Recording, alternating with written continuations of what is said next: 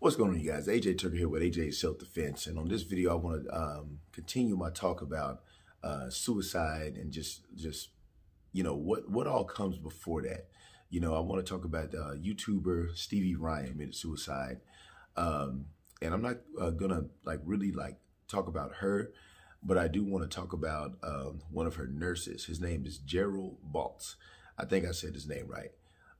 He's under scrutiny right now because he was having a relationship. He was having sex with her for months.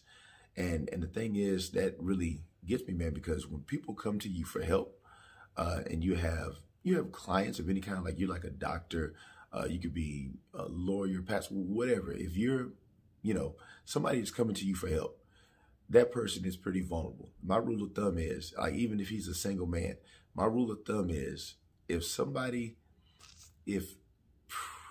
how can I put this? If you wouldn't be able to get with that person outside of your job, then you shouldn't even be getting with that person. You're taking advantage of your position. He was pretty much helping himself when he should have been helping her. Now I need to look more into the story, and I am just seeing it today. And normally I do a lot more due diligence. I do a lot more due diligence when it comes to this kind of stuff because I want to know the story from every angle. But all I saw was because he was basically messing with one of his own patients. And that's crazy. And that could have added to her, that could have added to the weight that was crushing her before she had the suicide, man. It's just, it's mind-boggling. It's really mind-boggling. And, if you're having trouble, if you are getting any type of treatment, yes, you're pouring your heart, you're pouring your soul out to these people, and you're putting yourself in a vulnerable state.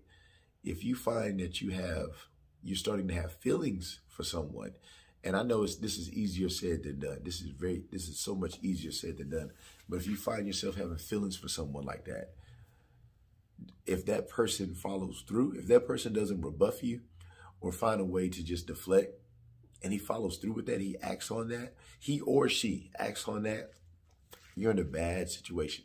I'm just telling you right now, if you're in a situation like that right now, and you see this video, then you have to cut that. No matter what you think, no matter what you feel right now, it is a bad situation. And if you're a practitioner and you're working with somebody, and of course that person is pouring their heart out to you, and you want to help that person, and you start to build this bond, and all of a sudden lines are being crossed, or the opportunity is there for a line to be crossed, don't cross the line.